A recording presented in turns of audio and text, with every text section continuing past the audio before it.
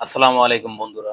আপনারা যারা ইউটিউবে সেটেল হওয়ার জন্য বা ইউটিউবে একজন প্রফেশনাল কনটেন্ট ক্রিয়েটর হওয়ার জন্য এই জান প্রান্তে চেষ্টা করতেছেন, তাদের জন্য আমি অসাধারণ কিছু কথা বলবো এবং এটা যদি টপিক না আরো কিছু নতুন বিষয় আপনাদের সাথে কথা বলবো। দেখেন, ইউটিউব এমন একটা প্ল্যাটফর্ম যেখানে আপনি লাইফ টাইম ইনকাম করতে পারবেন। এখানে কোনো ট্রেন্ড বলতে মানে ট্রেন্ড আপনাদের ট্রেন্ডের সাথে গা ভিসিয়ে দিল তা না। মানে আপনি ট্রেন্ড ব্যতীত আপনি সবসময় মানে ট্রেন্ড যেমন আছে, তার সঙ্গে আপনি লাইফ টাইম ইনকাম করতে পারবেন। তো সকলেই চায় যে ইউটিউবে যেন একটা প্রফেশনাল ক্যারিয়ার করতে পারি। আর ইউটিউবে প্রফেশনাল ক্যারিয়ার করার ফলে আপনি দেখতে পারবেন যে আসলে আপনারা অনেকেই দেখেন যারা ১০ বছর ১৫ বছর হলো ইউটিউবে ক্যারিয়ার করছে আসলে তারা অনেকে কোটিপতি হয়ে গেছে। আসলে ইউটিউব একটা এমন একটা প্ল্যাটফর্ম যেখানে আপনি অনেক সুন্দর মতো নিজের ক্যারিয়ারটাকে ভালো কনটেন্ট ক্রিয়েটর হিসেবে সেটেল করতে পারবেন। আদারস আপনি অন্যান্য প্ল্যাটফর্মে ওইভাবে গেলে আপনি ঠিকভাবে সেটেল হতে পারবেন না। আর সেটেল হলেও আপনার বেশি দিন এটা মানে এইভাবে ইনকাম দিবে না।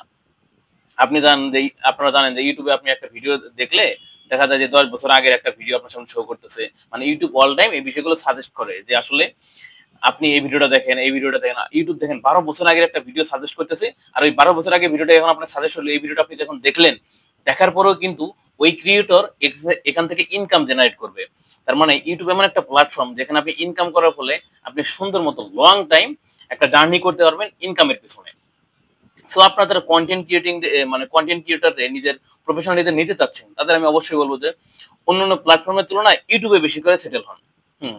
এটা যাই হোক ইউটিউব বিষয়ে কথা বললাম। তার সঙ্গে আমি আপনাদের আছি অনেকক্ষণ যাবত আপনার সাথে বিভিন্ন বিষয় নিয়ে গল্প করবো, আলোচনা করবো। আমি বিশেষ করে যে আপনারা জানেন যে বিভিন্ন ব্যক্তিবর্গের আলোচনা আমি আপনাদের সাথে করে থাকি। আগের ভিডিওতে যা করেছি এখনো তাই করব। আমি বিশেষ করে এই ধরনের ভিডিও বেশি বানাই, আপনারা জানেন। তবে আপনাদের এই বিষয়ে উদ্বুদ্ধ করলাম এজন্য আপনারা অন্যান্য প্ল্যাটফর্মে গান মানে স্রোতে গা না ভাসায়া ইউটিউবে যদি প্রফেশনাল কনটেন্ট ক্রিয়েটর হতে পারেন, এখানে স্ট্রাগল করতে হবে, যুদ্ধ করতে হবে। দেন আপনি যখন একবার জয়লাভ করতে পারেন, তাহলে আপনি দেখবেন যে লং টাইম এখান থেকে আপনি ইনকাম জেনারেট করতে পারবেন। কারণ এটা একটা প্রফেশনাল এবং মানে পারফেক্ট, যারা কনটেন্ট ক্রিয়েটরের জন্য পারফেক্ট তাদের জন্য একটা পারফেক্ট জায়গা। এটাই কথা। মানে একটা পারফেক্ট জায়গা যেখানে আপনি লং টাইম ইনকাম জেনারেট করতে পারবেন। এখানে মানে আপনার আদালত যেমন ট্রেন্ডের সাথে আপনার মনে করেন যে ট্রেন্ড শেষ আপনার ইনকাম শেষ এমন কিছু না। আপনার ভিডিও যদি কোয়ালিটি থাকে এবং মানুষের প্রয়োজনীয় ভিডিও হয়ে থাকে, তাহলে অবশ্যই এটা ১০ বছর ১৫ বছর বা ইউটিউব যতদিন আছে ইনশাআল্লাহ ওই ভিডিওটা আপনাকে অন্যদের কাছে সাজেশন করবে, যে ভিডিওটা সাজেস্ট করতে থাকবে যেন অন্যরা দেখে। আর এখান থেকে আপনি লং টাইম ইনকাম জেনারেট করতে পারবেন। আপনারা দেখতে পারেন যে এখন ভিডিওতে ভিউ নাই, সমস্যা নাই। আজ থেকে ১০ বছর পর অবশ্যই এটা ভিউ হবে। আর ১০ বছর পরে ভিউ হলেও আপনি ইনকাম পাবেন। এটাই হলো ইউটিউবের রুলস। তো চলেন আজ আমরা এমন একজন ব্যক্তির জীবনী নিয়ে আলোচনা করব। তিনি ছিলেন ইবনে খালদুন রহমাতুল্লাহ আলাই। চলেন ইবনে খালদুন রহমাতুল্লাহ আলাইয়ের জীবন কাহিনী হালকা করে আমরা একটা আজকে জেনে নিই। ইবনে খালদুন রহমাতুল্লাহ আলাই এনার জীবন নিয়ে চলেন শুরু করি। বিসমিল্লাহির রহমানির রহিম। আল্লাহ পাকের অশেষ রহমত যে মানব জীবনে মুসলমানরা মানে মুসলিম জাতির বেশ কিছু ব্যক্তি আছে যাদের আপনি স্মরণে না রেখে কখনোই পারবেন না। আপনারা অনেকেই ভাবেন যে ইসলামে হয়তো মানে বিজ্ঞানী নাই, সায়েন্টিস্ট নাই, আপনারা হয়তো ওইভাবে ঘাড়েনি না। তাদের মধ্যে একজন ইবনে খালদুন রহমতুল্লাহ আলাই। চলেন ওনার সাথে ওনার জীবনী একটা পড়ি। মানব জাতির কল্যাণে আল্লাহ রাব্বুল আলামিনের যুগে যুগে এ ধরাতে পাঠিয়েছেন অসংখ্য নবী রাসূল ও মনীষীদের। যে কজন মুসলিম মনীষী মানুষের কল্যাণে বিজ্ঞান, দর্শন, চিকিৎসা, শিল্প, সাহিত্য, ইতিহাস প্রভৃতি বিষয় তাদের অমূল্য অবদানের জন্য আজও সমগ্র বিশ্বে অমর হয়ে আছেন। ব্যক্তি স্বার্থের জন্য যারা কখনো অন্যায় ও অসত্যের কাছে মাথা নত করেনি, যারা জ্ঞান সাধনার উদ্দেশ্যে দেশ থেকে দেশান্তরে ঘুরে বেরিয়েছেন, ভোগ বিলাসকে উপেক্ষা করে যারা সারাটা জীবন কাটিয়েছেন মানুষের কল্যাণে। মানে তাদের জীবনটা মানুষের কল্যাণের ক্ষেত্রে ব্যয় করছে। যে তারা চাইলেই কিন্তু মানে তাদের যে জ্ঞান ছিল এই জ্ঞানটা বিক্রি করে মানে প্রচুর পরিমাণ বিলাসিতা করতে পারতো, তাদের কাছে এটা পান্তা ভাত ছিল। কিন্তু তারা সেটা কখনোই করেনি। তারা চিন্তা করছে যে মানুষের কল্যাণ কিভাবে করা যায় সেই বিষয় নিয়ে তারা প্রচুর পরিমাণ স্ট্রাগল করছে, যুদ্ধ করছে, যার ফলশ্রুতিতে আজও আমরা তাদের খুব ভালোবেসে সম্মান করে স্মরণ করে থাকি। তার মধ্যে ইবনে খালদুন রহমতুল্লাহ উনি একজন ছিলেন বা উনি একজন বিজ্ঞানী ছিলেন। তো আমরা ওই বিষয় নিয়ে আমরা সামনে আলোচনা করবো। এখন চলেন যারা জালেম শাসকদের স্বৈর শাসনকে সমর্থন না দিয়ে কারাগারে কাটিয়েছেন মাসের পর মাস, বছরের পর বছর, তাদের মধ্যে ইবনে খালদুন অন্যতম।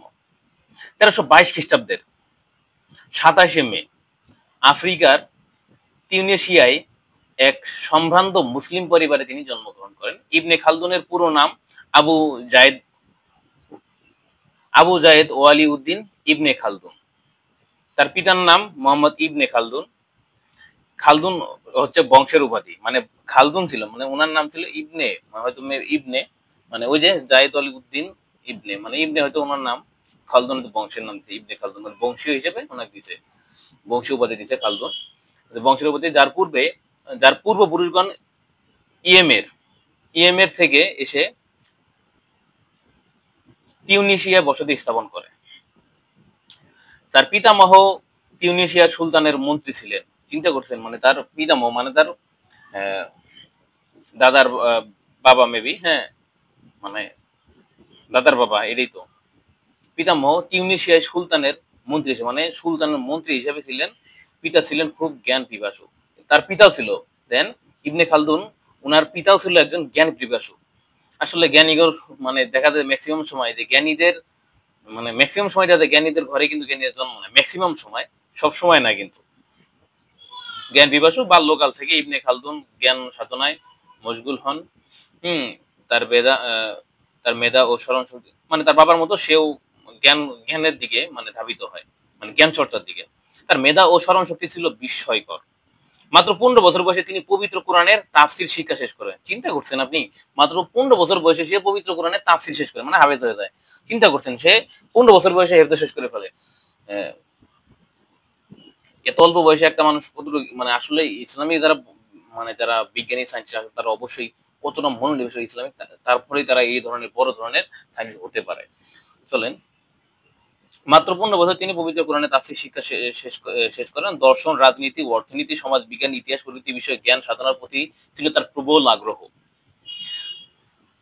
আসলে তার দেখেন, মানে শুধু ইসলাম, ইসলামই তো মনে করেন, মানে এক কোরআনেই তো সবকিছু আছে। আপনারা জানেন, সবাই জানে যে আল্লাহ পাক কোরআন একটা পরিপূর্ণ কিতাব হিসেবে আমাদের দিয়েছে, যেখানে সবকিছুই আছে।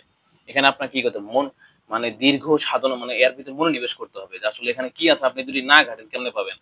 প্রচুর পরিমাণ ঘাটতে হবে, পড়তে হবে, জ্ঞানের মধ্যে ঢুকতে হবে, তবেই সিন্না আপনি পাবেন।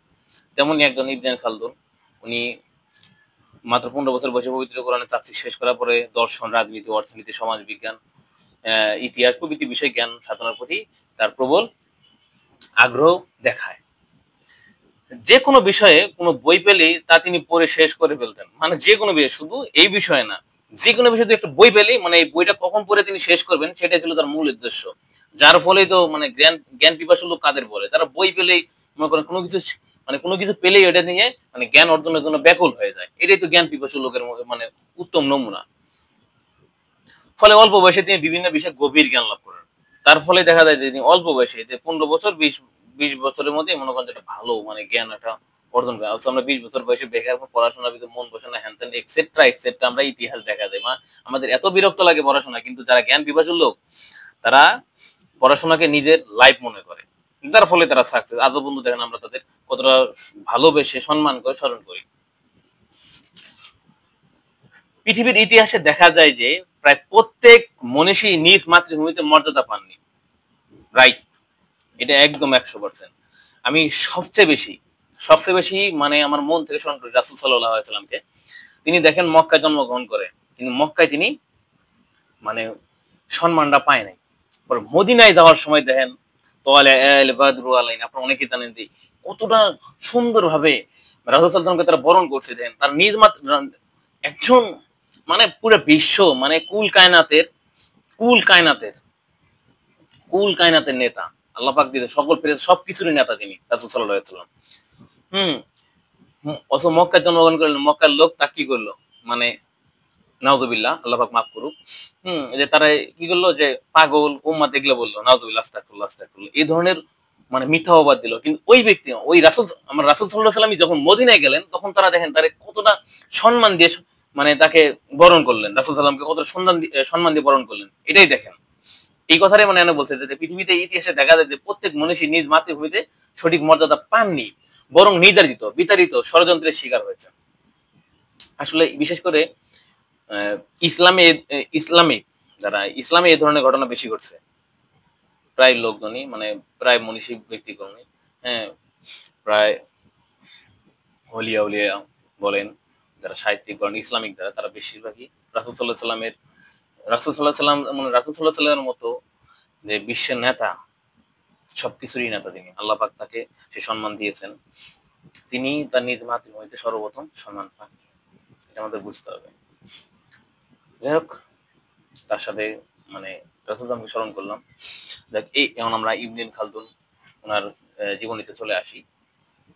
দেখেন উনিও তার নিজ মাতৃভূমিতে সম্মান পাননি। যার ফলে ইবনে খালদুন ও তাদের থেকে মানে ওই যে যারা ষড়যন্ত্রের শিকার তাদের মধ্যে তিনি আলাদা নন। তিনি একজন।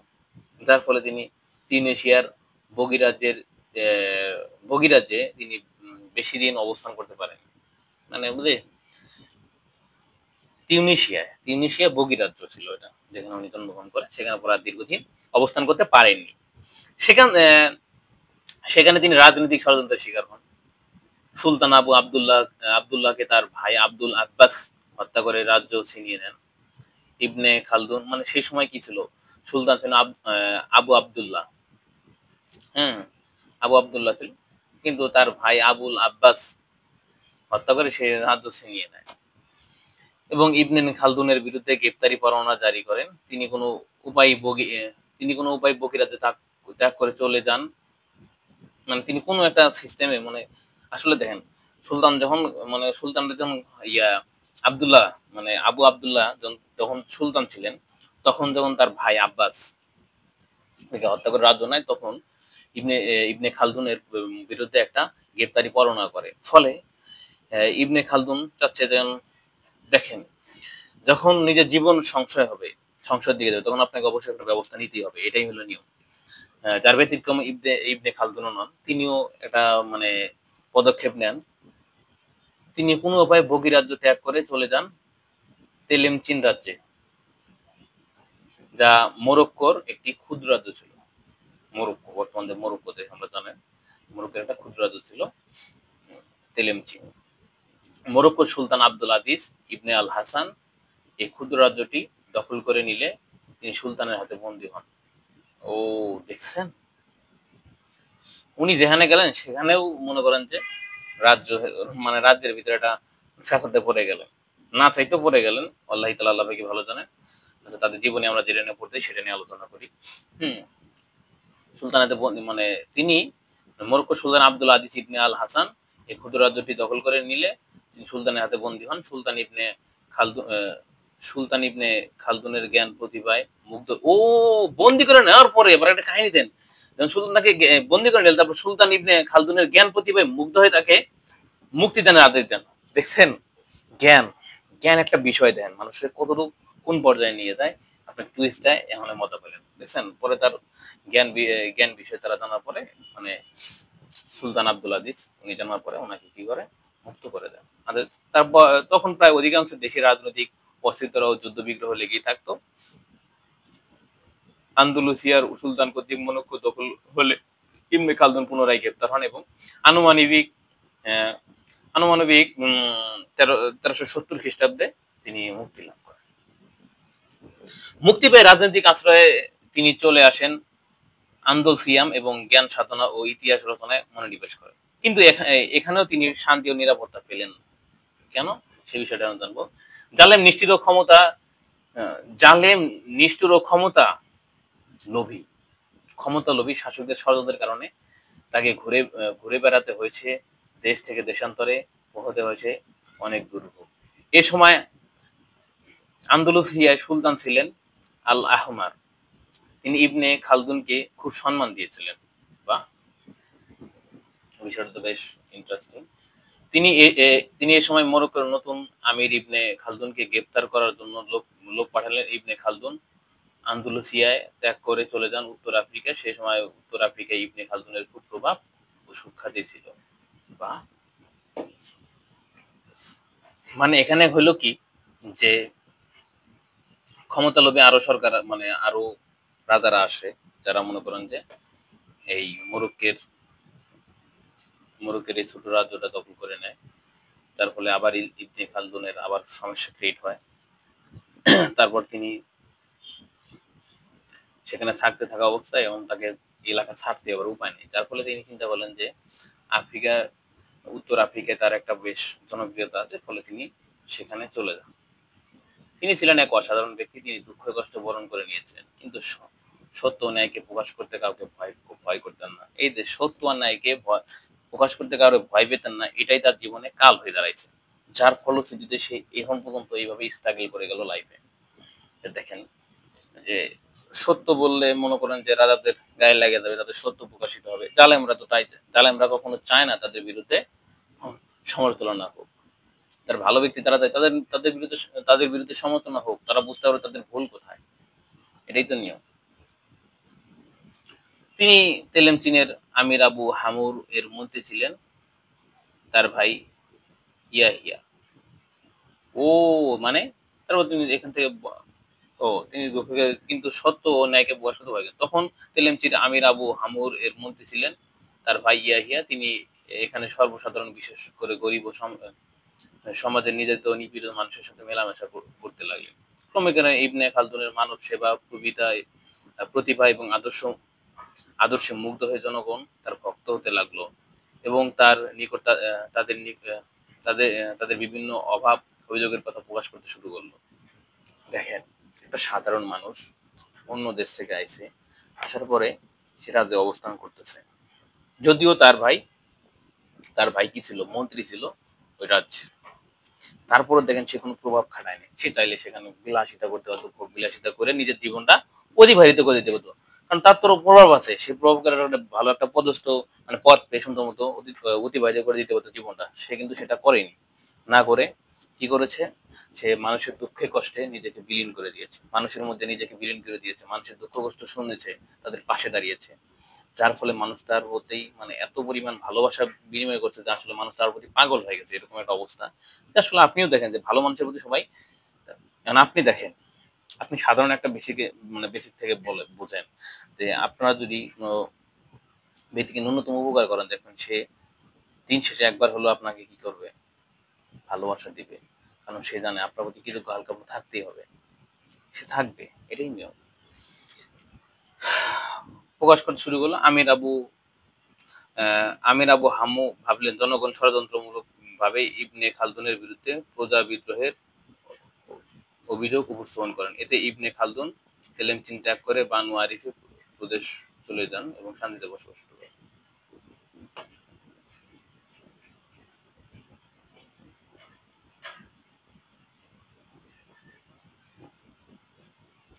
দেখছেন, মানুষ যখন মানুষের কাছে আসে তখন কি করে, রাজারা ভাবে যে ইভেন প্রজাদের সাথে তারাই আমার নামে যুদ্ধ ঘোষণা করবে। সেটা ইবনে খালদুনের বিষয়ে ব্যতিক্রম হয়নি। হুম যে রাজা ভাবতেছে যে আসলে এ তো মনে হয় জনগণের সাথে মিশে আমারে মনে করো যে জনগণের উপকারে বাসা দাঁড়াইছে, তার মানে এই আধকা লোক প্রজা বিদ্রোহ তৈরি করবে আমার বিরুদ্ধে, সেটা মনে করে।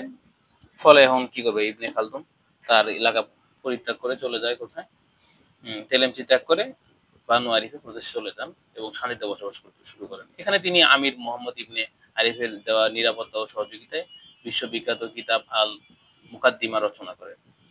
আল মুকাদ্দিমা এই বইটা কিন্তু বিশ্বের ভিতরে বেশ জনপ্রিয় একটা বই। হুম আপনারা অনেকে জানেন, যারা পড়ছেন তারা জানেন। এই কিতাবের মাধ্যমে তিনি সর্বশ্রেষ্ঠ সমাজ বিজ্ঞানী, ঐতিহাসিক এবং দার্শনিক হিসেবে সুখ্যাতি লাভ করে। আল মুকাদ্দিমায় তিনি যে মৌলিক চিন্তাধারায় পরিচিত দিয়েছেন তা পৃথিবীতে আজও বিরল। তিনি সুস্পষ্ট ভাষায় বলেছেন যে ঐতিহাসিক বিবরণ এবং ঘটনাপন্থী লিপিবদ্ধ করাই ঐতিহাসিকের কাজ নয়, এবং জাতির উত্থান পতনের কারণগুলো সুন্দরভাবে ব্যাখ্যা করেছেন। দেখেন, পৃথিবীতে তো ইতিহাসবিদ অনেক আছে। প্রকৃত ইতিহাসবিদ কারে বলে? আজ আপনাদের এই বিষয়ে ছোট্ট একটু হালকা বলি কথার মাঝে। প্রকৃত ইতিহাসবিদ কি মানে, আপনার ঘটছে কি, অমুক সাম্রাজ্য চলে গেছে, অমুক রাজা আইছে, ওই রাজা আসার পর অমুক রাজা গেছে, তারপরে তারপর সেখানে ধ্বংসলীলা হয়, এইভাবে যুদ্ধ করে এইভাবে হেরে যায়। কিন্তু মূলত ইতিহাসবিদ কারা? যে এর শুরুপাত হলো কোথায়, কেন হলো, কি কারণে হলো, কিভাবে রাজার উৎখাত হলো, বা এই সম্রাটের আন্দোলন হলো কেন, আন্দোলনের মূল কারণ কি, প্রজারা কি কারণে আন্দোলন করলো, এই যে খুঁটিনাটি বিষয়গুলো খুঁটে বের করে সুন্দর মতো উপস্থাপন করাকে বলা হয় প্রকৃত ইতিহাসবিদ। আর এমনই একজন ব্যক্তি ছিলেন ইবনে খালদুন। চলেন তার বিষয়ে আরো পড়ি। তিনি পৃথিবীর আজও বিরল তিনি সুস্পষ্ট ভাষায় বলেছেন যে তিনি সুস্পষ্ট ভাষায় বলেছেন যে ইতিহাসের বিবরণ ও ঘটনাপন্থী লিপিবদ্ধ করা ইতিহাসের কাজ নয় এবং জাতির উত্থান পতনের কারণগুলো সুন্দরভাবে ব্যাখ্যা করেছেন। হুম। 1380 খ্রিস্টাব্দে তিনি মাতৃভূমি তিউনিসিয়ায় পুনরায় ফিরে আসেন। ওই যে আবার দিন শেষে ফিরে আসেন মাতৃভূমিতে। কিন্তু মাতৃভূমির জনগণ তাকে সম্মান দেয়নি, আবারও সম্মান দেয়নি। অবশেষে তিনি 1382 খ্রিস্টাব্দে চলে যান মিশরে। সেখানে তিনি আল আজহার বিশ্ববিদ্যালয়ের অধ্যাপক হিসেবে নিযুক্ত হন এবং পরবর্তীতে মিশরের সুলতান তাকে বিচারপতি পদে নিযুক্ত করেন। মিশরে আল আজহার, আপনারা তো এখন এই ইউনিভার্সিটি আছে, আপনারা জানেন যে মিশরে আল আজহার। আর আপনারা বাংলাদেশ থেকে আমার ভিডিও দেখেন তারা অবশ্যই জানেন যে বাংলাদেশে যেমন মিজানুর রহমান আজহারি, উনিও আজহার বিশ্ববিদ্যালয় থেকে পড়াশোনা করছেন, আল আজহার। হ্যাঁ, এই বিশ্ববিদ্যালয় কি ছিল? ইবনে খালদুন অধ্যাপক ছিলেন, তার সঙ্গে প্রধান বিচারপতি হিসেবে নিযুক্ত করেন। সেই সময় মিশরের প্রধানমন্ত্রী তাকে। চিন্তা করেন, যারা প্রকৃত ন্যায় সৎ, আল্লাহ পাক তাদের সম্মান অবশ্যই দিবেন। এটাই হলো মানে পৃথিবী শুরু লগ্ন থেকে ঘটে আসছে, ইনশাল্লাহ ঘটে যাবে এইভাবেই, এটাই নিয়ম। মিশরের কায়রোতে তিনি প্রায় 24 বছর কাটিয়েছেন। পরে মিশরের কায়রো শহর, সেখানে তিনি প্রায় 24 বছর কাটিয়েছেন একটানা। এখানে তিনি আত-তারিফ নামক আত্মচরিত্র গ্রন্থ রচনা করেন। আদৌ এই বইটা বেশ স্মরণীয়। আর আমরা সেটা নিয়ে এখনো দেখেন বিভিন্ন পাঠাগারে এই বইগুলো এখনো বেশ জনপ্রিয়ভাবে সবাই পাঠ করে থাকে। তিনি সমাজ বিজ্ঞান বিবর্তনাথ সম্পর্কে অনেক নতুন নতুন তথ্য আবিষ্কার করেন। বিবর্তনবাদের নতুন তথ্য ইবনে খালদুনই সর্বপ্রথম উদ্ভাবন করেছিলেন। এই দেখেন, বিবর্তন কথাটা আমরা কি বলি, এইভাবে বিবর্তন ঘটেছে, তারপর এইভাবে বিবর্তন ঘটেছে, আগে মানুষ এভাবে খাইতো, এখন এইভাবে খায়। এই মানে বিবর্তন কথাটা মানুষ জানতোই না 1382 খ্রিস্টাব্দ পর্যন্ত, মনে করেন 1320 বছর পর, মানে দেখা যায় প্রায় 1400 খ্রিস্টাব্দ পর্যন্ত মানুষ কি জানতো না, বিবর্তন কথাটাই জানতো না। এখন আমরা বিবর্তন নিয়ে পড়ে আছি যে মানুষ কি ছিল, বানর ছিল, হ্যান ত্যান। মানুষ কিভাবে বিভ্রান্ত, মানুষ বানর ছিল, হ্যান ত্যান, আদৌ কি বানর ছিল, এই ধরনের এই বিবর্তন কথাটা আমরা এখন কিন্তু এটা মানে আবিষ্কার করছে কে, মানে এই বিবর্তন কথাটা মানুষের মধ্যে প্রকাশ করছে কে, মানে এটা সুন্দর মতো সুস্পষ্ট বোঝাইছে কে? ইবনে খালদুন। উনি সর্বপ্রথম এই কথাটা আমাদের সামনে বোঝায়। ইবনে খালদুন রহমতুল্লাহ, উনি সর্বপ্রথম আমাদের কাছে বোঝায়। এখন এই কথাটা আমরা আধুনিকে, মানে এই কথাটাই কিন্তু বুঝবেন না, এটা অনেকে বলবে না, কিন্তু স্বীকার করবে না। আপনি দেখেন মাইকেল এইসার্টের মতো একজন ব্যক্তি, যিনি খ্রিস্টান ছিলেন, তিনি সুন্দর মতো ইবনে খালদুন রহমতুল্লাহকে যথেষ্ট সম্মান দিয়ে কথা বলে এবং তার প্রকৃত জীবন কাহিনী যতটুকু পারে ততটুকু উনি সুন্দর এবং সুষ্ঠুভাবে লেখার ট্রাই করছে। এখন তো অনেকে মানে ইবনে খালদুন রহমতুল্লাহকে ওইভাবে প্রায়োরিটি দেয় না, কিন্তু মূলত দেখেন ইতিহাস, চিন্তাবিদ এবং বিবর্তনবাদের সর্বপ্রথম প্রতিষ্ঠাতা কে ছিলেন? ইবনে খালদুন। মানে ইবনে খালদুন সুস্পষ্ট মানে ইতিহাস লিখতেন, তার সঙ্গে বিবর্তনবাদটা তিনি সর্বপ্রথম আবিষ্কার করেন। ইবনে খালদুনের বিভিন্ন রচনাবলী ইউরোপের বিভিন্ন ভাষায় অনুদিত হওয়ার পর সমগ্র বিশ্বে তার সুখ্যাতি ছড়িয়ে পড়ে। সেই সময় দেখেন ছিল মুসলিম, ইউরোপের সুন্দর মতো তার কথাগুলো সুন্দর মতো ইউরোপের ছড়িয়ে পড়ে এবং তারা সেটা সুন্দর মতো মানতে থাকে। আর আমরা কি, আমরা বাংলাদেশি লোক এখন কি করতেছি যে ইহুদি খ্রিস্টানদের নমুনাগুলো আমাদের মধ্যে নিয়ে এসেছি, সেগুলোই মানতেছি, এই আর কি। অথচ তারা আমাদের নিয়ে নিছে। দেখেন তারা কতটুকু উন্নত, চিন্তা করেন। বিশ্বে বড় বড় প্ল্যাটফর্মগুলোর মালিক তারা, সবকিছু চালায়, মনে করেন যে তাদের অর্থনীতি হ্যান্ডেল করতেছে তারা, বুঝছে? আপনারা এই বিষয়ে, আমি তো ছোট মোটো মানুষ, হালকা বলি। আবু আদনানের ভিডিও দেখতে পারেন, ওনার কাছে অনেক জ্ঞান পেয়ে যাবেন ইনশাল্লাহ। মানে মানুষ ব্যক্তিগত হিসেবে ওনাকে দেখলে বিষয়ে অনেক আলোচনা করে শুনতে পারেন। তারপর চলে যাই ইউরোপে যখন সুখ্যাতি ছড়িয়ে, উল্লেখ্য যে এমন এক সময় ছিল যখন মুসলিম জাতি জ্ঞান, বিজ্ঞান, শিল্প ও সাহিত্যে পৃথিবীতে শ্রেষ্ঠত্বের আসন অধিষ্ঠিত ছিল। পরবর্তীতে ইউরোপের লোকেরা মুসলিম মনীষীদের জ্ঞান, বিজ্ঞান ও শিল্প সাহিত্যকে চর্চা করে ক্রমান্বয়ে আজ উন্নতি শিখরে উঠেছে। এই যে একটু আগে যে কথাটা কইলাম, সেটাই দেখেন পরে মাইকেল এইসার্ট তার বইয়ের ভিতর সুন্দর মতো এটা লিখে দিয়েছে। যে ইউরোপ আজ কিন্তু পৃথিবীর ভিতরে সবচেয়ে উন্নত দেশগুলোর মধ্যে, মানে পৃথিবীর ভিতরে সবচেয়ে উন্নত দেশ, স্বীকার করতে হবে আমাদের। তারা কি করছে, ওই দেখেন মুসলিম, যারা মুসলিম ছিল তাদের নিয়ম কানুন তাদের মধ্যে প্রতিষ্ঠিত করার পরেই তারা প্রতিষ্ঠিত হয়ে গেছে গা। তারা এখনো তার বইগুলো তাদের ভাষায় অনুবাদ করে সুন্দর মতো পড়তেছে এবং তাদের জীবনে সুন্দর মতো প্রয়োগ করতেছে। আর আমরা কি আছি, আমরা কি নিয়ে পড়ে আছি, এটা চিন্তা করেন যে আসলে আমরা কোন পর্যায়ে আছি, আমরা কি নিয়ে চিন্তা করতেছি। আমরা আছি ওদের কালচার, মানে ওরা যে ফেলে দিয়েছে কালচার গুলো, ওই কালচার গুলো আমাদের মধ্যে নিয়ে এসেছি, সেগুলো করতেছি। আর যার ফলে আমরা দিনে দিনে অধঃপতনের দিকে চলে যাচ্ছি। কিন্তু মুসলিম জাতি তাদের পূর্বপুরুষদের সুবিশাল জ্ঞান ভান্ডারকে উপেক্ষা করায় আজ বিশ্বের বুকে অশিক্ষা, দরিদ্র ও পরমুখাপেক্ষী জাতি হিসেবে পরিণত হয়েছে। মাইকেল এইসাক খ্রিস্টান ছিলেন। ইনি কথাটা কি বলছেন, আমি যে কথা বলছি তার পরবর্তীতে আমরা কথা বলে কত সুন্দর। কিন্তু মুসলিম জাতি তাদের পূর্বপুরুষদের সুবিশাল জ্ঞান ভান্ডারকে উপেক্ষা করে আজ বিশ্বের বুকে অশিক্ষিত, দরিদ্র এবং পরমুখাপেক্ষী জাতি হিসেবে পরিণত হয়েছে। 1400 খ্রিস্টাব্দে দিগ্বিজয়ী বাদশাহ তৈমুর সিরিয়া আক্রমণ করে এবং মিশর অভিযানে প্রস্তুতি নেন। ঠিক এই সময় ইবনে খালদুন মিশরের সুলতানের অনুরোধে একটি শান্তি চুক্তির প্রস্তাব নিয়ে বাদশাহ তৈমুরের দরবারে উপস্থিত হন। দীর্ঘ আলোচনার পর বাদশাহ তৈমুর ইবনে খালদুনের জ্ঞান, বুদ্ধি এবং প্রতিভায় মুগ্ধ হয়ে তার তার শান্তি প্রস্তাব মেনে নেন। তৈমুর তার মিশর অভিযান স্থগিত ঘোষণা করে। একজন জ্ঞানী ব্যক্তি কি করতে পারে দেখেন, তার একটা বিশেষ নমুনা দেখেন। তিনি মিশরে গেলেন,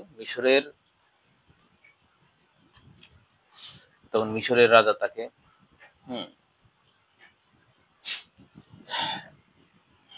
মিশরের সুলতান তখন তাকে কি করলেন, সম্মান দিলেন। জ্ঞানী লোকে সম্মান দিতে হবে।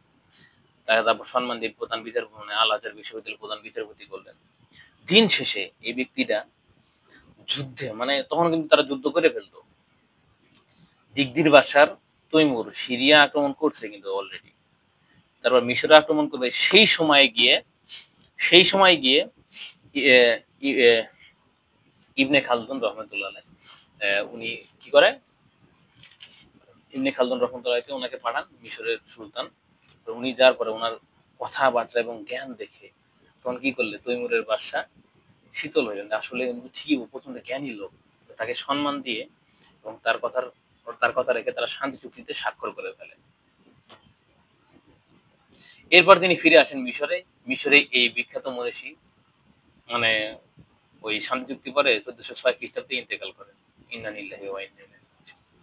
দেখছেন, 6 বছর পরে তিনি মারা যান। এই মনীষী মুসলিম জাতির জন্য যে জ্ঞান রেখে গেছেন তা ইতিহাসে চিরকাল অমর হয়ে থাকবে। আসলে জ্ঞানী লোকের কথা বললে পড়তে মন চায়, বলতে মন চায়, বলার কোনো শেষ নাই। সারসংক্ষেপে বলি, ইবনে খালদুন রহমতুল্লাহ আলাই, মানে উনি জন্মগ্রহণ করে 1322 খ্রিস্টাব্দে এবং 1406 খ্রিস্টাব্দে তিনি ইন্তেকাল করেন, দুনিয়া থেকে চলে যান।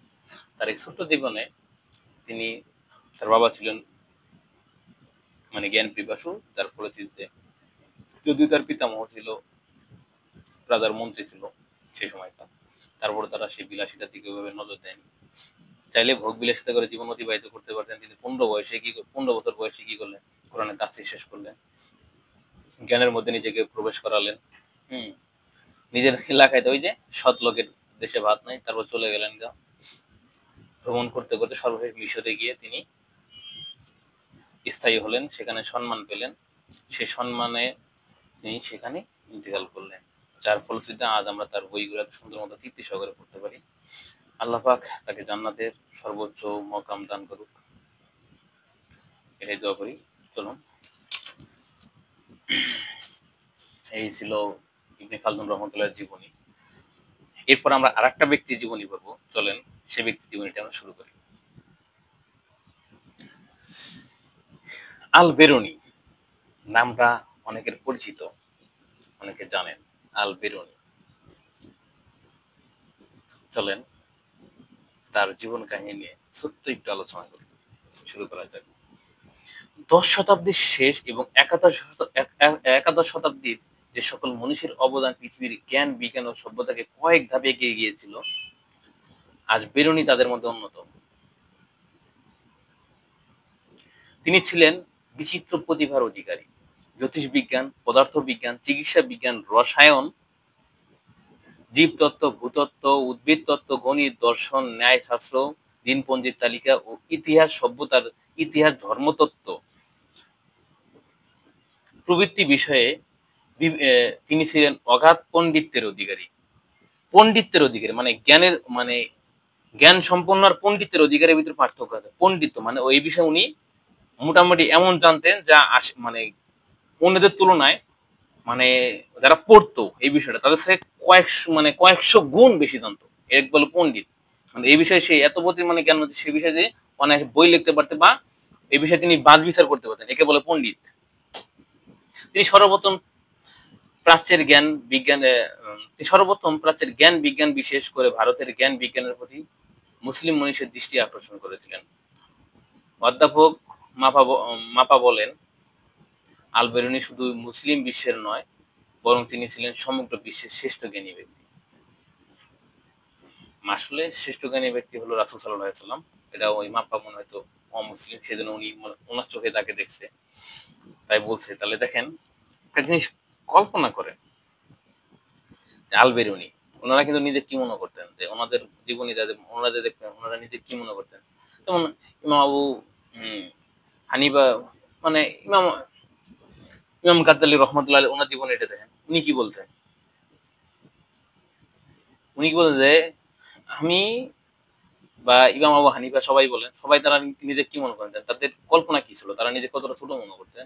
মানে নিজের চোখে, মানুষের চোখে তিনি বড়, কিন্তু নিজের চোখে কিভাবে ছোট মনে করতেন, যে রাসূল সাল্লাল্লাহু আলাইহি সাল্লাম, তার সাহাবা কেরাম, তাবিঈন, খোলাফায়ে রাশিদিন যত আছে মানে তারা যে যুদ্ধ করত, সে যুদ্ধের সময় যে ঘোড়া যুদ্ধের চলে যেত, সে ঘোড়ার পায়ের ধুলা সেটার যোগ্য তারা নিজেকে মনে করতেন না। মানে তারা নিজেকে ছোট মনে করতেন, কিন্তু মানুষের চোখে তারা বড় ছিল।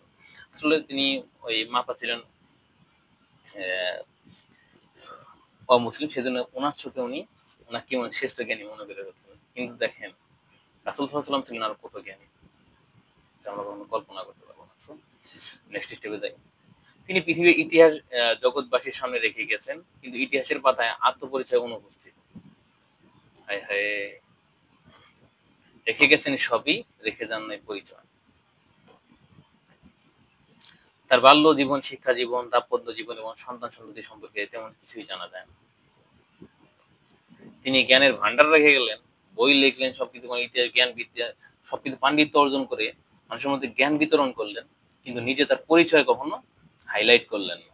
আর আমরা কি করি, মনে করেন যে নিজেকে মানুষের সঙ্গে উপস্থাপন করতে পারলে নিজেকে বড় মনে করি।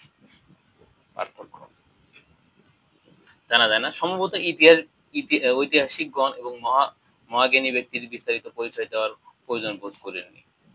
এই যে ঐতিহাসিকগণ আর মহাজ্ঞানী ব্যক্তিরা কখনো নিজের পরিচয় দেওয়ার পরিচয় বোধ দেওয়ার মানে পরিচয় দেওয়ার জন্য নিজেকে অতটা উৎসাহিত মনে করেনি, যার ফলে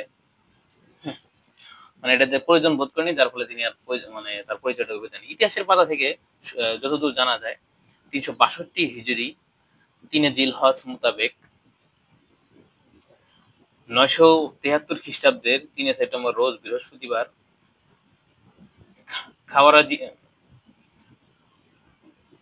খাওয়ারিজমের শহরতলিতে তিনি জন্মগ্রহণ করেন। তার আসল নাম ছিল আবু রায়হান মুহাম্মদ ইবনে আহমদ আল বিরুনি। তার আসল নাম ছিল আবু রায়হান মুহাম্মদ ইবনে আহমদ আল বিরুনি। তিনি নিজের নাম আবু রায়হান লিখতেন, কিন্তু ইতিহাসে তিনি আল বিরুনি নামে অধিক পরিচিত হন। তার বাল্যকাল অতিবাহিত হয়েছিল আল আল ইরাক বংশীয় রাজপুতি, বিশেষ তার আবু মনসুর বিন আল বিন তিনি তার বাল্যকাল অতিবাহিত হয়েছিল আল ইরাক বংশীয় রাজপুতি, বিশেষ করে আবু মনসুর বিন আলী বিন ইরাকের তত্ত্বাবধানে। সে সময় ইরাকে যারা প্রভাবশালী তাদের রাজপুতি বিশেষ তাদের মানে ওখানে তিনি এভাবে আপনাদের সুন্দর বিস্তারিত বলতে পারতেছি না, আপনারা চাইলে বই পড়তে পারেন। তখন এখানে তিনি সুদীর্ঘ 22 বছর রাজকীয় অনুগ্রহে কাটিয়েছিলেন। মানে সে সময় ইরাকের বংশীয় রাজপ্রতি আবু মনসুর বিন আলী ছিলেন ইরাকের রাজপ্রতি, হুম, যার কাছে তিনি 22 বছর কাটিয়েছিলেন। এখানে অবস্থান কালে আস্তে আস্তে তার বিচিত্র প্রতিভা ছড়িয়ে পড়ে। আব্বাসীয় বংশের খলিফাদের অযোগ্যতা এবং দুর্বলতার সুযোগে সাম্রাজ্যের বিভিন্ন স্থান বহু স্বাধীন রাজবংশের উদ্ভব ঘটে। এ সময় খায়ারিজম প্রদেশে ও দুটি রাজশক্তি প্রতিষ্ঠা লাভ করে। প্রদেশের দক্ষিণাংশে রাজত্ব করতেন আল বিরুনি। বিরুনির প্রতিপালক আল পাক কিভাবে বলেন, আচ্ছা কথা নিয়ে মিস্টেক লেখা হয়তো। বিরুনি আল ইরাক বংশীয় আবু আবদুল্লাহ এবং উত্তরাংশে রাজত্ব করতেন মামুন বিন মাহমুদ। 994 থেকে 995 খ্রিস্টাব্দে মামুন বিন মাহমুদ আবু আবদুল্লাহকে হত্যা করে রাজ্য দখল করে নিল। আল বিরুনির ইবনে নেমে আসে দুঃখ দুর্দশা। যাদের তত্ত্বাবধানে তিনি সুদীর্ঘ 22 বছর কাটিয়েছেন তাদেরকে হারিয়ে তিনি বিমূঢ় হয়ে পড়েন। দুঃখে ভারাক্রান্ত হৃদয় নিয়ে ত্যাগ করেন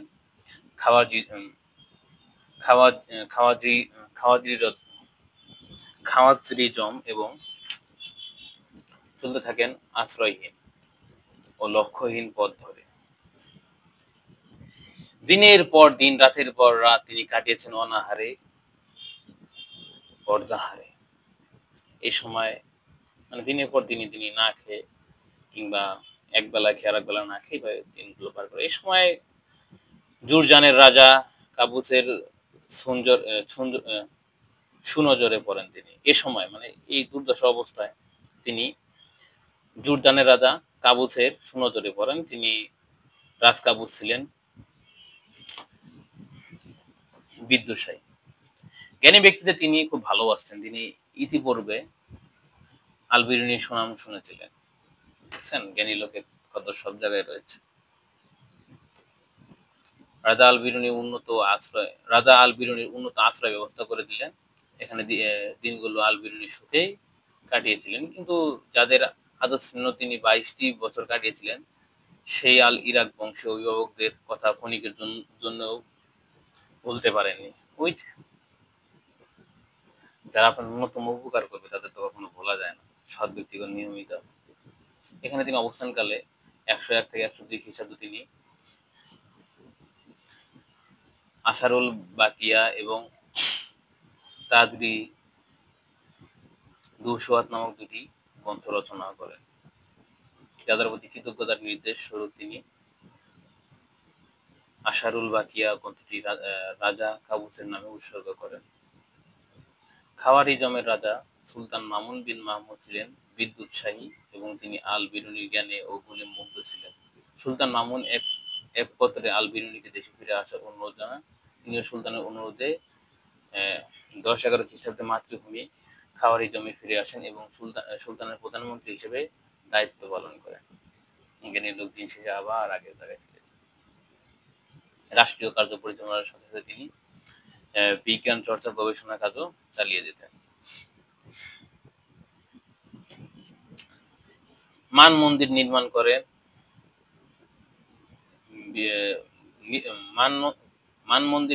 তিনি জ্যোতিষ বিজ্ঞানে পর্যবেক্ষণ কার্য চালান। এখানে তিনি 5 থেকে 6 বছর অবস্থান করেন এবং বিজ্ঞানের বিভিন্ন বিষয়ে কয়েকটি গ্রন্থ রচনা করেন। গজনীর দিগ্বিজয় সুলতান মাহমুদ জ্ঞানী ও গুণী ব্যক্তিদের খুব সম্মান করতেন এবং তার শাহী দরবারে প্রায় প্রতিদিন দেশ বিদেশের জ্ঞানী গুণী ব্যক্তিদের মধ্যে জ্ঞান বিজ্ঞান ও গজনীতে পাঠানোর জন্য সুলতান মাহমুদ একটি সম্বোধনা পত্রের পরোক্ষ নির্দেশ দিয়ে পাঠান। পত্র পাওয়ার পর আল বিরুনি কয়েকজন সঙ্গী নিয়ে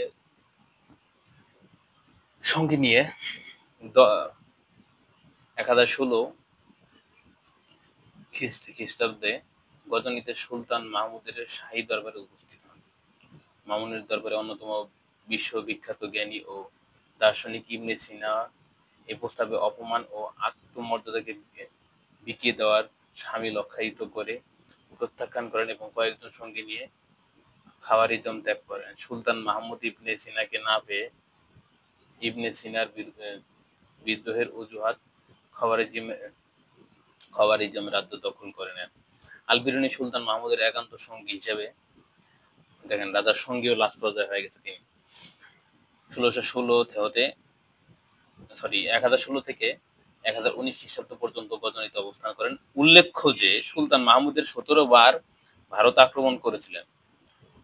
সুলতান মাহমুদ 17 বার ভারত আক্রমণ করেছিলেন এবং আল বিরুনি কয়েকবার সুলতানের সাথে ভারতে এসেছিলেন।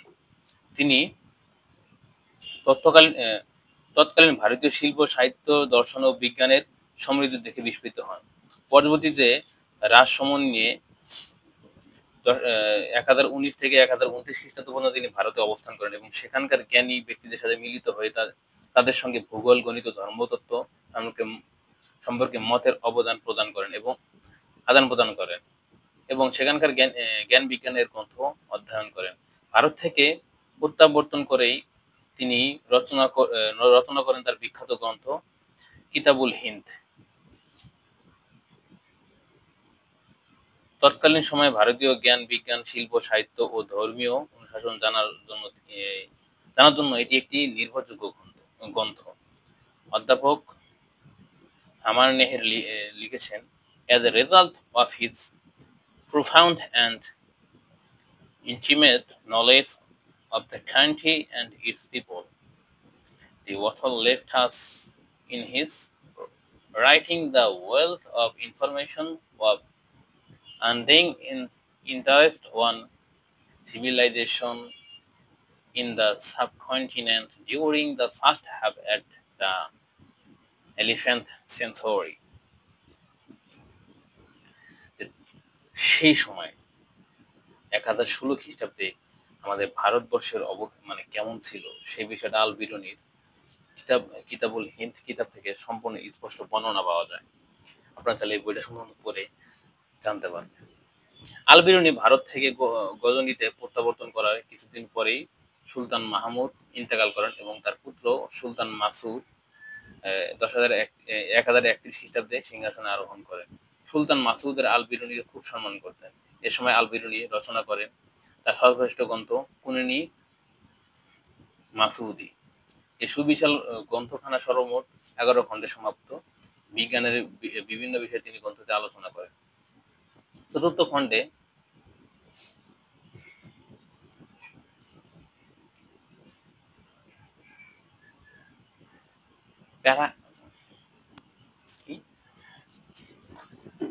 পেহারিকাল অ্যাস্ট্রোনমি, পঞ্চম খণ্ডে গ্রহ দ্রাঘিমা, চন্দ্রগ্রহণের মাপ, ষষ্ঠ খণ্ডে সূর্যের গতি, সপ্তম খণ্ডে চন্দ্রের গতি, অষ্টম খণ্ডে চন্দ্রের দৃশ্যমান, নবম খণ্ডে স্থির নক্ষত্র, দশম খণ্ডে 5টি গ্রহ নিয়ে, একাদশ খণ্ডে আলোচনা করে হয়েছে জ্যোতির্বিজ্ঞান সম্পর্কে। এই অমূল্য গ্রন্থটি সুলতানের নামে নামকরণ করায় সুলতান মাসুদ অত্যন্ত সন্তুষ্ট হয়ে আল বিরুনিকে বহু মূল্যবান রূপ্য সামগ্রী উপহার দেন। কিন্তু আল বিরুনি অর্থের লোভী ছিলেন না, তাই তিনি মূল্যবান উপহার সামগ্র রাজকোষে জমা দিয়ে দেন। আল বিরুনি বহু জ্ঞান বিজ্ঞানের সভ্যতার ইতিহাস, মৃত্তিকা তত্ত্ব, সাগর তত্ত্ব এবং আকাশ তত্ত্ব মানব জাতির জন্য অবদান হিসেবে রেখে গেছেন।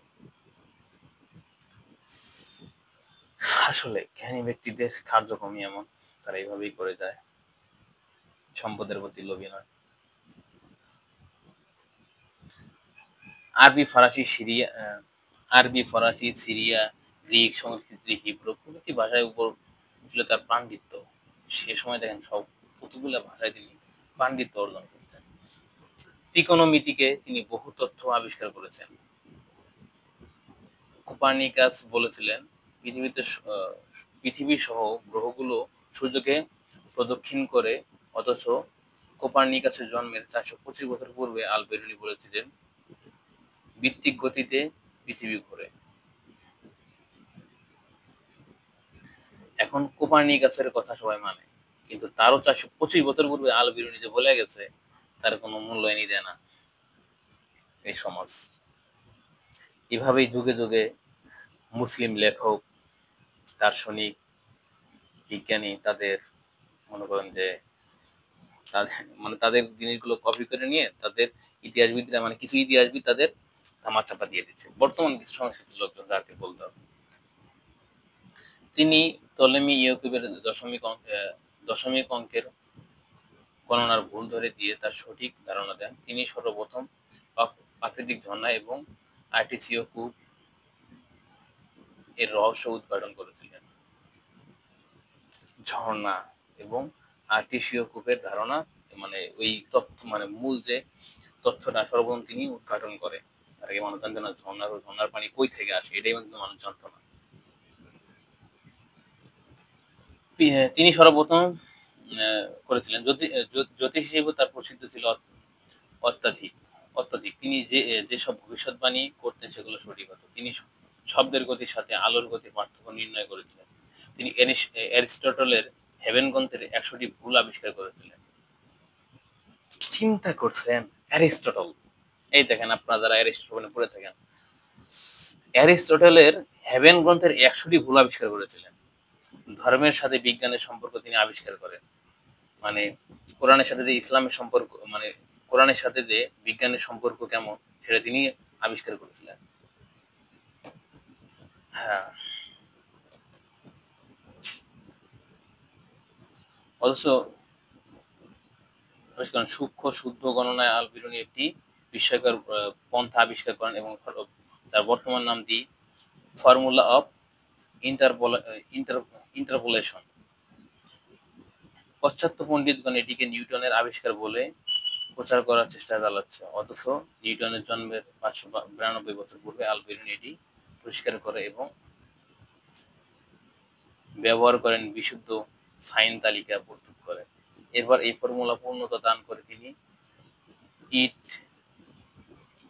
ইট ট্যানজেন্ট তালিকা তৈরি করেন। তিনি বিভিন্ন প্রকার ফুলের পাপড়ির সংখ্যা নয়, পাপড়ির সংখ্যা নয়, 3, 4, 5, 6 এবং 18 হতে, কিন্তু কখনো 7 বা 9 হবে না।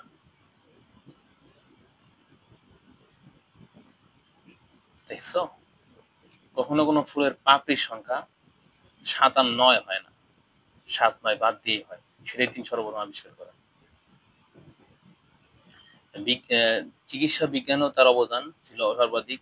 চিকিৎসা বিজ্ঞানে তিনি একটি অমূল্য গ্রন্থ রচনা করেন। গ্রন্থে তিনি বহু রোগের ঔষধ তৈরির কলা কৌশল বর্ণনা করেন।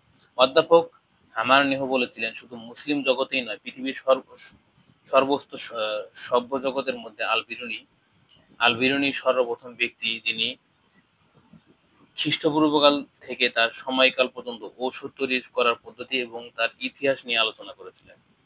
বিজ্ঞানী আলবিরুনি বিজ্ঞান, দর্শন, জ্যোতির্বিদ্যা, ইতিহাস প্রভৃতি বিষয়ে বহু গ্রন্থ রচনা করেন।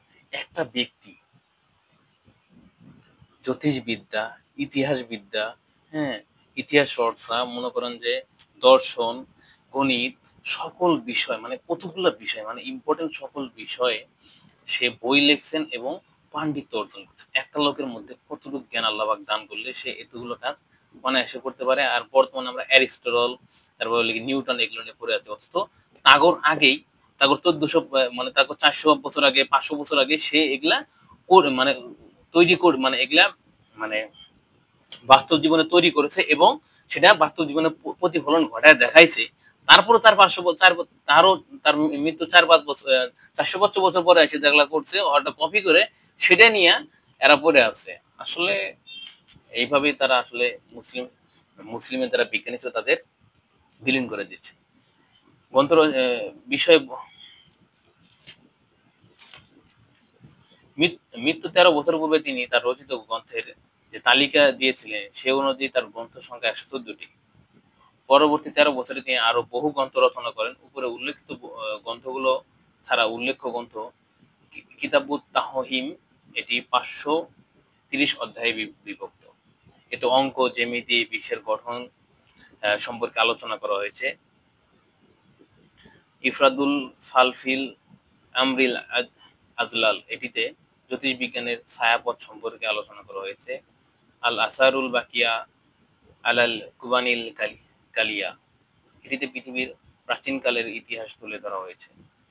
জিজি অ্যাব কন্দয়, জিজে আপকন্দ নবমণ্ডল ও জ্যোতির্বিজ্ঞান সম্পর্কে তিনি এখানে আলোচনা করেন। আলাল ফিজি যে খাওয়ারি জমি বা যুক্তিবিদ্যা সম্পর্কে এই বইয়ে আলোচনা করেন। তার উল্লেখযোগ্য গ্রন্থ বিশাল আকৃতির শতাধিক গ্রন্থ এক ব্যক্তির পক্ষে রচনা করা কত যে দুঃসাধ্য ব্যাপার তা ভাবতে অবাক লাগে।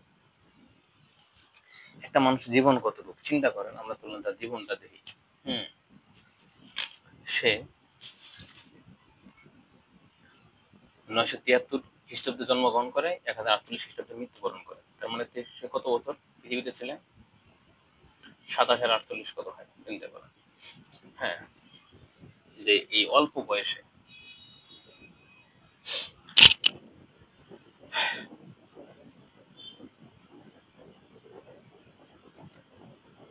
ষাট আর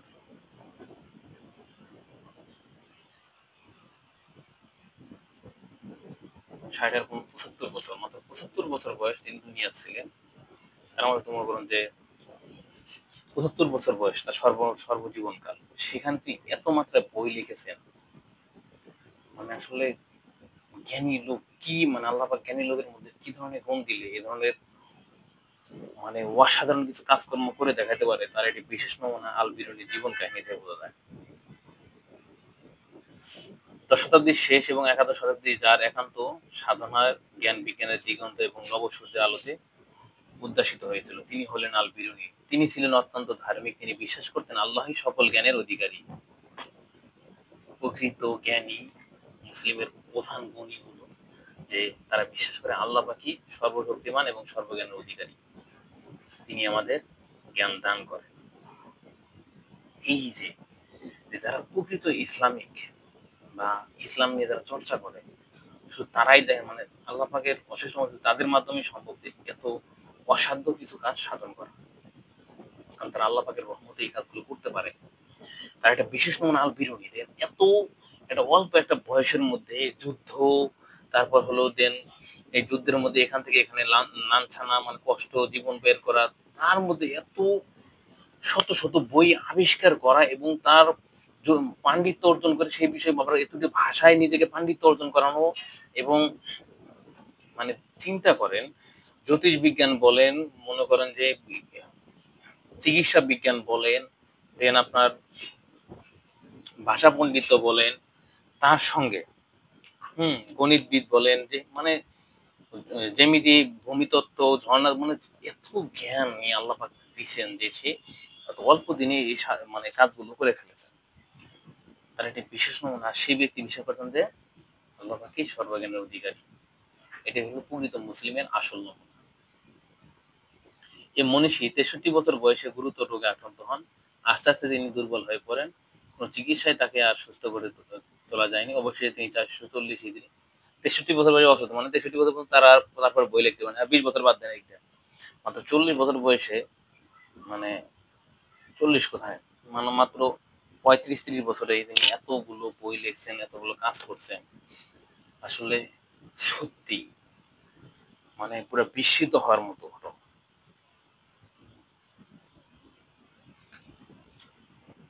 কোন চিকিৎসা তাকে সুস্থ করে তোলা হয়নি। অবশ্যই তিনি 440 হিজরি 2 রজব মোতাবেক 1048 খ্রিস্টাব্দে 12 ডিসেম্বর রোজ শুক্রবার ৭৫ বয়সে আবু রায়হান মোহাম্মদ ইবনে আল বিরুনির শেষ নিঃশ্বাস ত্যাগ করেন।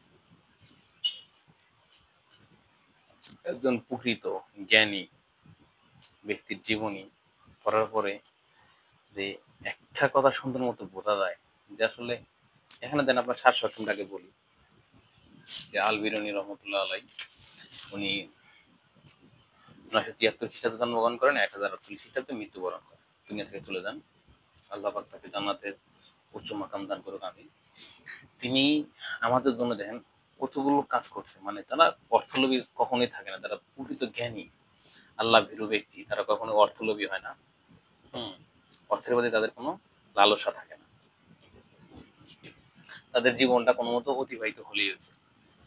একটা ব্যক্তি জ্যোতিষবিজ্ঞান, পদার্থ বিজ্ঞান, চিকিৎসা বিজ্ঞান, রসায়ন বিজ্ঞান, ইতিহাস, ধর্মতত্ত্ব, ভূমিতত্ত্ব, উদ্ভিদ তত্ত্ব, গণিত, দর্শন, ন্যায়শাস্ত্র, দিনপঞ্জির তালিকা ও ইতিহাস সভ্যতার সব কিছুই পাণ্ডিত্য অর্জন করেন, তার সঙ্গে প্রায় ৫-৭টা ভাষার সম্পর্কে পাণ্ডিত্য অর্জন করেন এক ব্যক্তি।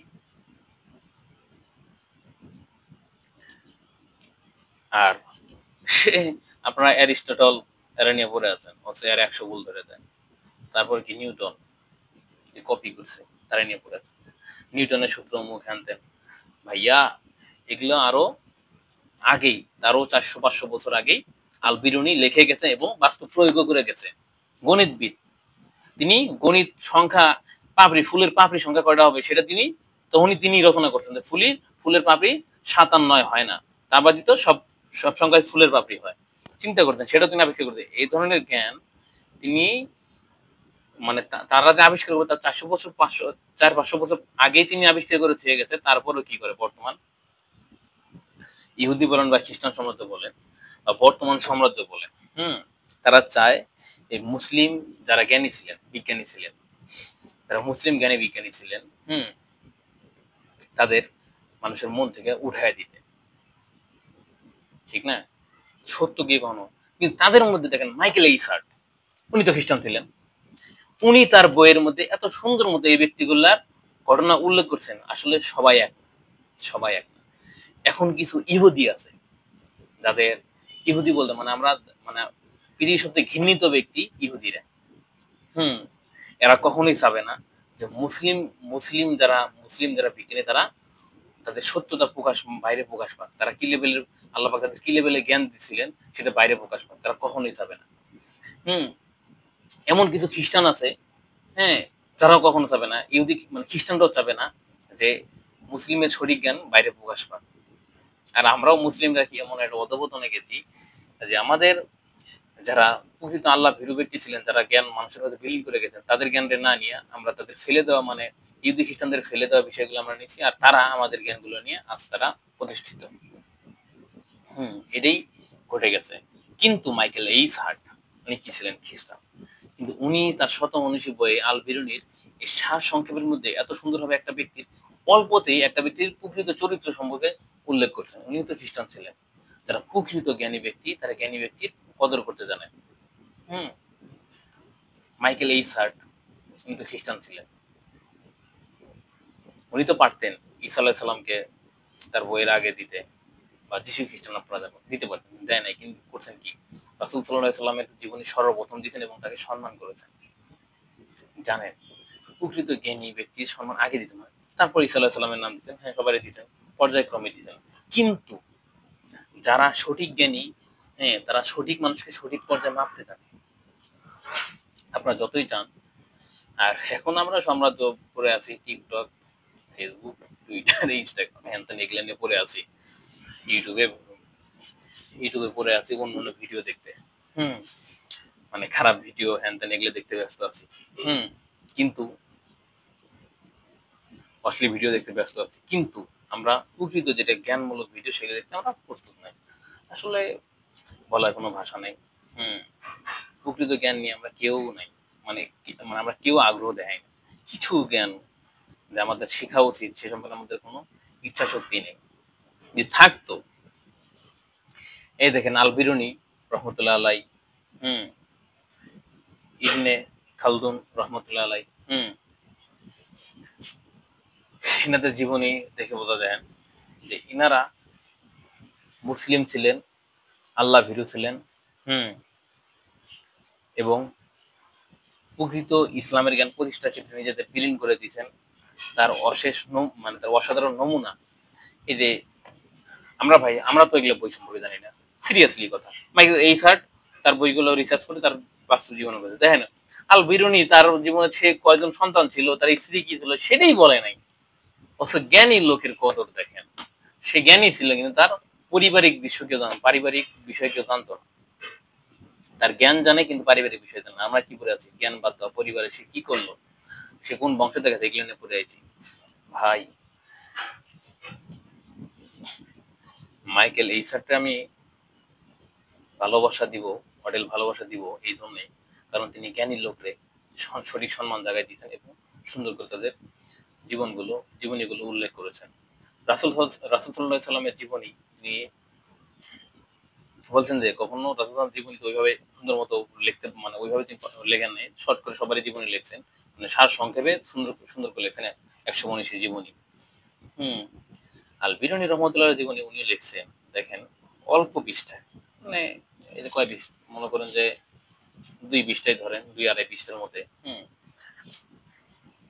২-২.৫ পৃষ্ঠার মধ্যে একজন ব্যক্তির জীবনী লিখছেন। এখানে তিনি তাকে প্রকৃত সম্মান এবং তাহার যে প্রাপ্য সেটা সুন্দর মতো বুঝিয়ে দিয়েছেন।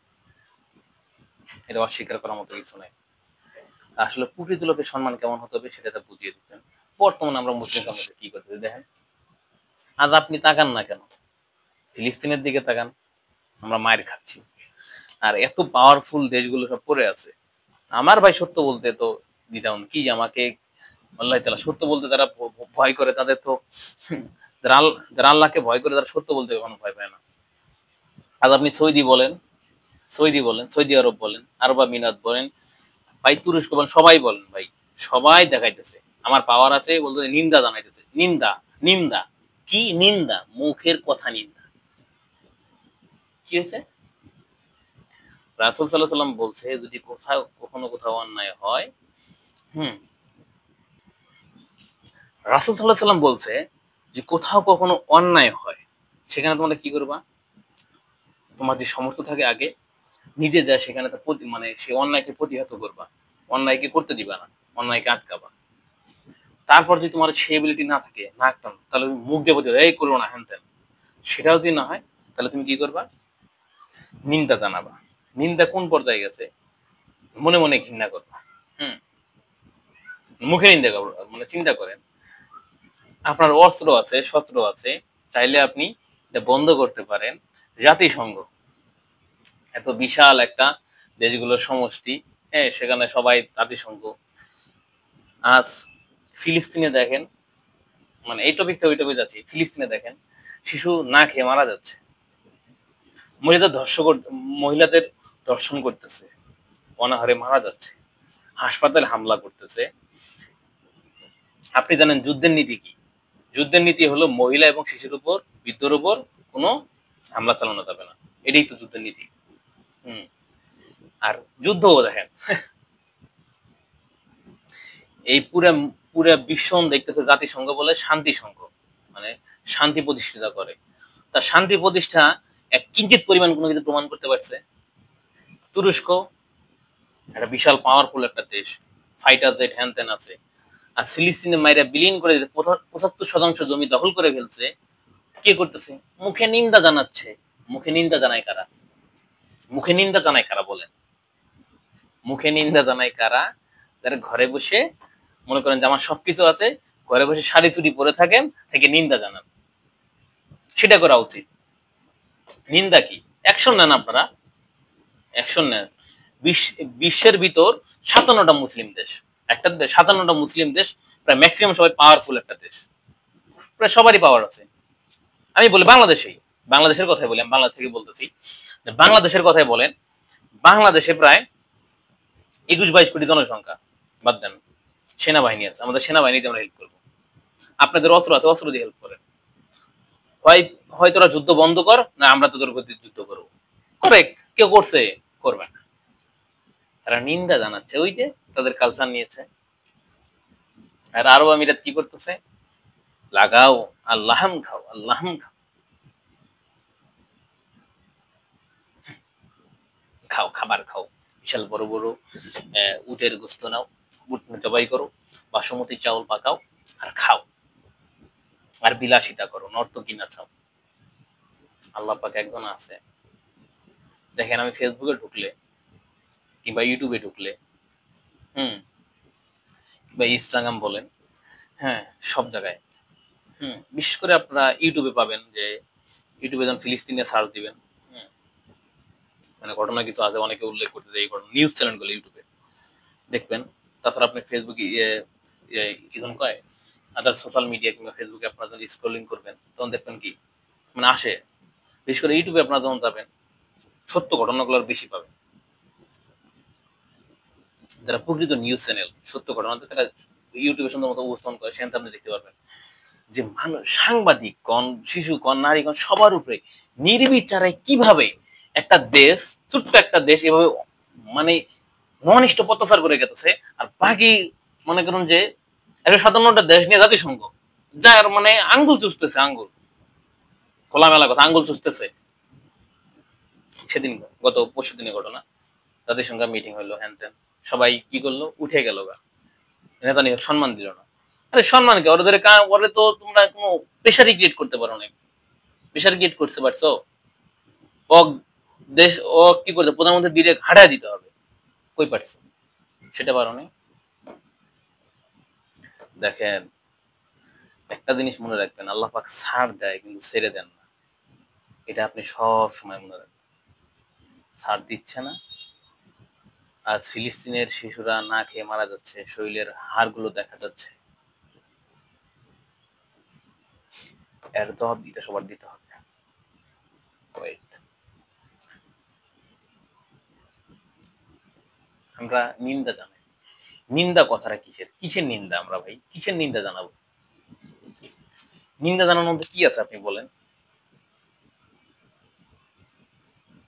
বড় বড় মুসলিম মনীষীরা, বিজ্ঞানীরা ভুলে গেছে, দেখেন তারা তাদের জীবনে সুন্দর মতো যে জেল খাটছে, তবু সত্য ন্যায় থেকে সরে দাঁড়ায়নি। আপনার একটা জিনিস দেখেন, আজ খ্রিস্টান বলেন এবং অন্যান্য ধর্মাবলম্বীরা বলেন, সবাই এসে মুসলিমের পাশে দাঁড়াইতেছে, ফিলিস্তিনের পাশে দাঁড়াইতেছে। দেখেন না, স্পেনের মতো দেশ, ফ্রান্সের মতো দেশ, ব্রাজিলের মতো দেশ, সবাই এসে পাশে দাঁড়াইতে ফিলিস্তিনের পাশে। আর আপনারা কি করতেছেন, কি করতেছেন বলেন, কি করতেছেন? আঙ্গুল চুষতেছেন, চুষেন। লাহাম খাচ্ছেন, খাবার খাচ্ছেন, ভালো ভালো খাবার খাচ্ছেন, খান, খেতে থাকেন। আল্লাহ তাআলা, আল্লাহ পাক সবকিছু জানেন, দেখেন, সবকিছু জানেন, দেখতেছেন। আপনারা কি করতেছেন? আল্লাহ পাকের একটা ব্যবস্থা নিবেন অবশ্যই। ওই যে আল্লাহ পাক ছাড় দেন, ছেড়ে দেন না, মনে রাখিয়েন, করিয়েন না, করেন না। সবাই আমরা এভাবে চলে যাচ্ছি, এভাবে বলতেছি, এতগুলো দেশ সাপোর্ট করতেছে, খাবার পৌঁছতে পারতেছে না ফিলিস্তিনে, কি বলতেন, খাবার পৌঁছতে পারতেছে না, না খেয়ে মারা যাচ্ছে।